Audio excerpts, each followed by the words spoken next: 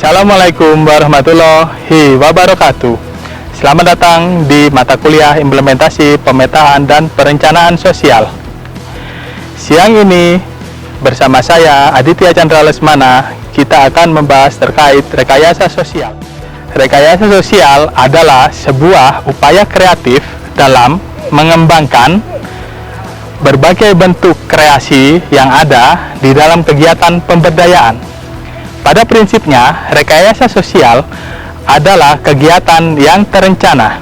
Dengan demikian, ketika kita melihat bahwa rekayasa sosial adalah kegiatan yang terencana, maka perlu kita ketahui bagaimana kondisi yang ada di dalam kegiatan yang akan kita berdayakan. Dalam hal ini adalah lokasi.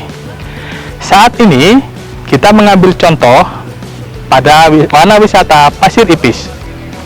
Wana Wisata Pasir Ipis adalah salah satu destinasi wisata yang ada di Desa Jayagiri, Kecamatan Lembang, Kabupaten Bandung Barat. Kegiatan pemberdayaan yang dilaksanakan di Desa Jayagiri, Kecamatan Lembang diawali dengan proses pemetaan. Pemetaan merupakan salah satu proses inti dalam kegiatan rekayasa sosial. Dengan melakukan pemetaan, kita bisa mengetahui bagaimana kondisi awal masyarakat yang ada di lokasi pemberdayaan. Selain itu, kita juga bisa melakukan identifikasi terhadap aktor-aktor potensial yang nantinya akan mendukung kegiatan pemberdayaan. Pada Desa Jayagiri, pada Wana Wisata Pasir Ipis, pertama kali, selain didorong oleh keinginan untuk mengembangkan desa wisata, juga dilakukan pemetaan yang bertujuan mendapatkan aktor. Aktor di lapangan inilah yang kemudian kita sebut sebagai agen pembangunan. Dalam hal ini, pemetaan setelah berhasil mengidentifikasi, kita akan melakukan perencanaan. Perencanaan sosial berkaitan dengan hasil pemetaan yang dibungkus dengan ide-ide kreatif dalam aktivitas pembangunan dan rekayasa sosial. Dengan demikian, ketika kita berbicara dalam konteks rekayasa sosial, maka kita harus bisa mengetahui apa yang akan kita bangun, apa yang akan kita kembangkan, apa yang kemudian akan kita jadikan sasaran pemberdayaan.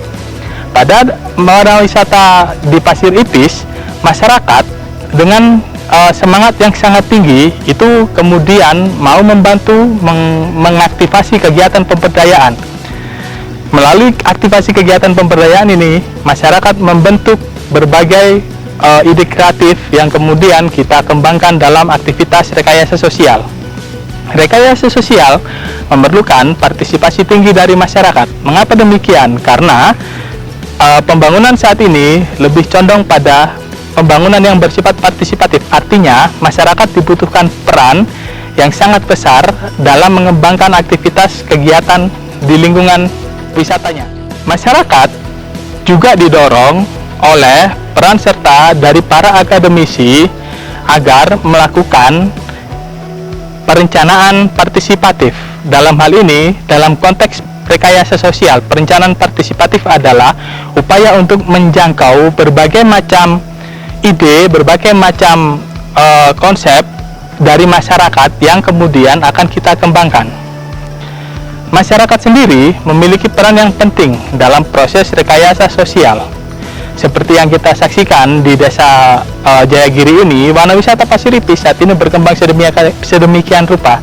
Itu bukan lagi sebagai peran dari akademisi, tapi adalah peran masyarakat. Nah, rekayasa sosial harus melibatkan masyarakat tadi. Kenapa? Karena ketika dia sudah dibentuk, sudah dibangun, maka masyarakatlah yang akan menjadi aktor. Disinilah peran dari agen pembangunan itu. Di sisi lain, sebagai seorang akademisi, ketika kita melakukan rekayasa sosial, kita tidak boleh terlalu turut campur dalam aktivitas masyarakatnya.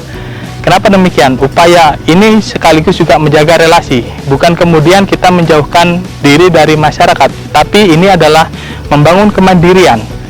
Ketika masyarakat mandiri, maka salah satu indikator rekayasa sosial sudah tercapai.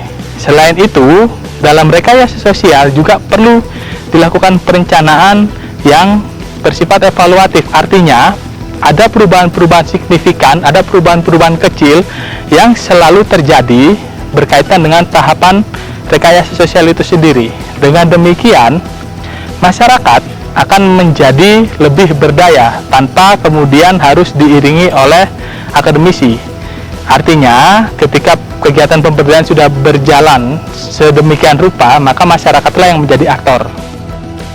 Selain masyarakat, dalam proses pemberdayaan ketika melakukan rekayasa sosial juga harus melibatkan berbagai macam stakeholder yang ada di sekitar lokasi pemberdayaan.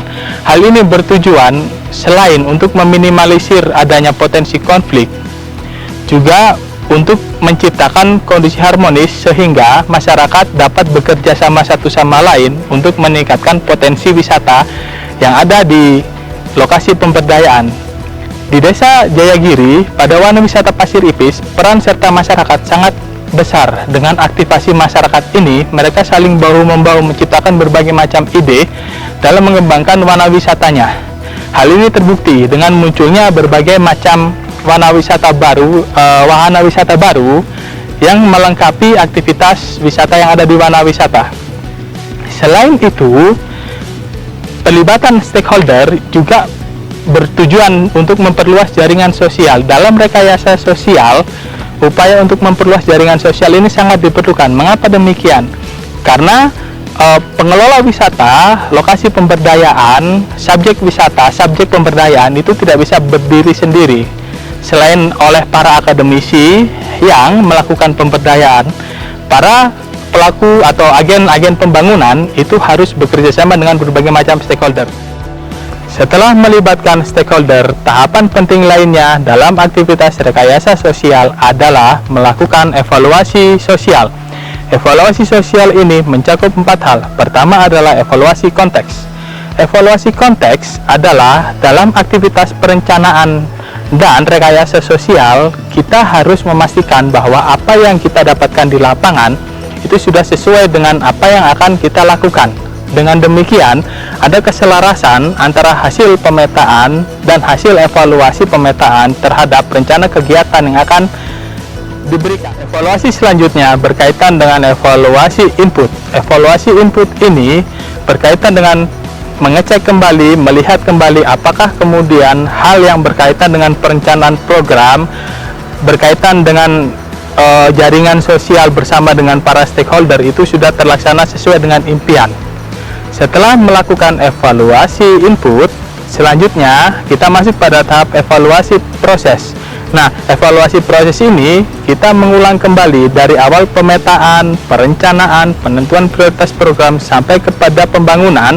Kita melakukan evaluasi secara cycling, artinya sebagai siklus akan terus berkelanjutan dalam proses pemberdayaan. Tahap terakhir adalah evaluasi produk. Hasil dari pemberdayaan kita lihat bagaimana kemudian ini berjalan sesuai dengan impian atau tidak.